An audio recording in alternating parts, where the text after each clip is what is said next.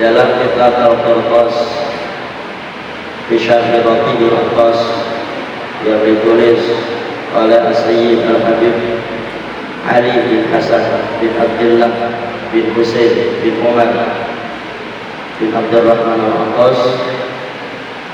Beliau mengatakan bahwa Al-Habib Umar bin Abdurrahman Al-Aqas itu ulama besar pada zamannya. Beliau termasuk salah satu dzurriyyah atau keturunan baginda Nabi Muhammad SAW.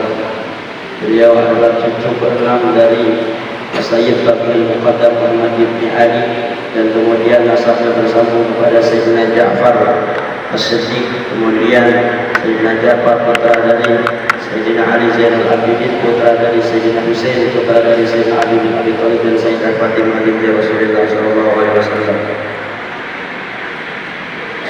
Habib Umar bin Abdurrahman Al-Aqas ini beliau digelari Al-Aqas, dan seluruh Habib Syarif atau Syarifah yang mempunyai laqab Al-Aqas itu keturunan beliau. Dinamai Al-Aqas kalau diartikan dalam bahasa kita itu bersih. Antara tinggi di antara para Habib bin Abdurrahman Al-Aqas ini, ketika beliau masih dalam kandungan itu sering terdengar bersin. Jadi masih janin dalam kandungan itu sering terdengar bersin. Dan kita tahu Rasulullah SAW mengatakan bahwa orang yang kemudian bersin diharuskan membaca Alhamdulillah, diharuskan mengucap syukur kepada Allah Subhanahu wa Ta'ala. Dan ditemukan oleh banyak para ilmuwan kesehatan bahwa bersin itu salah satu cara tubuh kita yang di skenario Allah Subhanahu wa Ta'ala, yang didesain oleh Allah Subhanahu wa Ta'ala untuk mengeluarkan virus dari tubuh kita. Sayyidina Umar bin Abdurrahman Al-Aqas ini ketika dalam kandungan beliau menunjukkan bahwa jangankan ketika setelah lahir, masih dalam kandungan saja keburukan-keburukannya itu sudah dikeluarkan. Kemudian beliau dilahirkan dan Allah menghendaki beliau lahir dalam keadaan tunanetra, jadi tidak bisa melihat. Bayangkan orang yang lahir dalam keadaan tunanetra bisa menjadi ulama besar, hafal Al-Quran di usia masih kanak-kanak, hafal berbagai macam cabang ilmu dan manfaatnya luas. Beliau tinggal di Yaman, tapi karyanya dibaca di Indonesia dan di berbagai macam belahan dunia. Kita yang dari kecil mulai sampai sekarang belum tentu tuh kayak gitu. Nah, Latif ini belakangan saja dinamai Latif. Al-Habib Umar bin Abdurrahman Al-Aqas menamai susunan zikir ini dengan nama Azizul Manal wa Fathubatul Wisal. Kalau di bahasa Indonesia kan mulianya pencapaian dan membuka pintu-pintu tujuan. Jadi beliau menyusun wirid atau menyusun zikir yang merupakan zikir-zikir warisan Nabi Muhammad SAW. Susunan zikir itu dibukukan, kemudian dinamai Azizul Manal wa Fathubatul Wisal, kemuliaan pencapaian dan pintu atau pembuka dari pintu-pintu keinginan, pembuka dari pintu-pintu tujuan.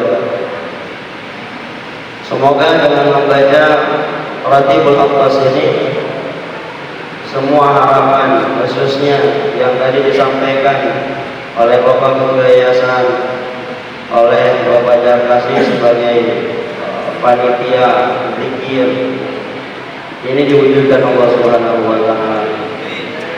Dan juga keinginan-keinginan kita, maksud-maksud kita, hajat-hajat kita semuanya dikabul oleh Allah Subhanahu wa Ta'ala. Dalam kitab Al-Qurqas, Al-Habib Ali bin Hasan menceritakan bahwa suatu ketika di Yaman sana ada seorang sayyid juga namanya Abu Bakar. Sayyid Abu Bakar Maula Dawiyah ini, beliau sedang rehlah ke luar daerah. masih di negara yang tetapi jaraknya jauh. Nah di daerah yang Berdaulah itu kebetulan itu daerahnya Al-Habib Abdullah bin Ali Al-Haddad. Habib Abu Bakar ini dalam perjalanannya kemudian sakit keras, dan dalam sakitnya itu terdengarlah kabar oleh Al-Habib Abdullah bin Ali Al-Haddad yang masih merupakan murid dari Al-Habib Umar bin Abdurrahman Al-Khattab. Begitu dijenguk, Habib Abu Bakar ini mengadu kepada Habib Abdullah bin Ali Al-Haddad, "Wahai Syekh, aku khawatir jika Allah kemudian mencabut nyawaku di tempat ini." Memangnya kenapa? Kata Habib Abdullah bin Ali Al-Haddad, "Karena andai kata aku harus mati, aku pengen ketemu dulu keluargaku, aku pengen ketemu dulu anak-anakku untuk mewasiatkan hal-hal yang berkaitan dengan agama." Jadi para orang-orang yang dekat dengan Allah itu mau mati aja tahu.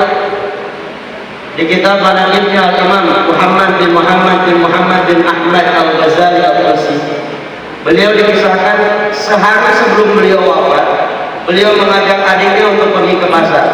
Ngapain? Beli kain kapan. Beli kain kapan. Terus dia bilang kepada adiknya, "Saudaraku, besok aku akan pulang kepada Allah Subhanahu wa Ta'ala.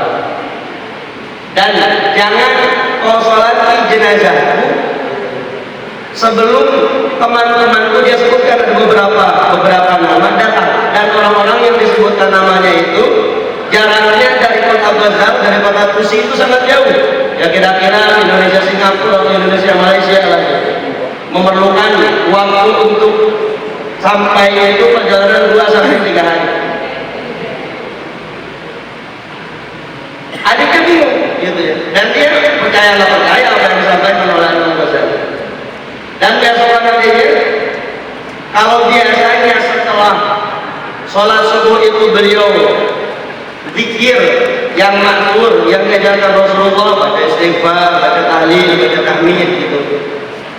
Itu mana? Jadi zikirnya itu diganti dengan qad raditu ya Allah, qad raditu ya Allah, saya sudah ridho ya Allah, saya sudah ridho ya Allah gitu. Dan di pagi hari itu ternyata Imam Ghazali wafat gitu.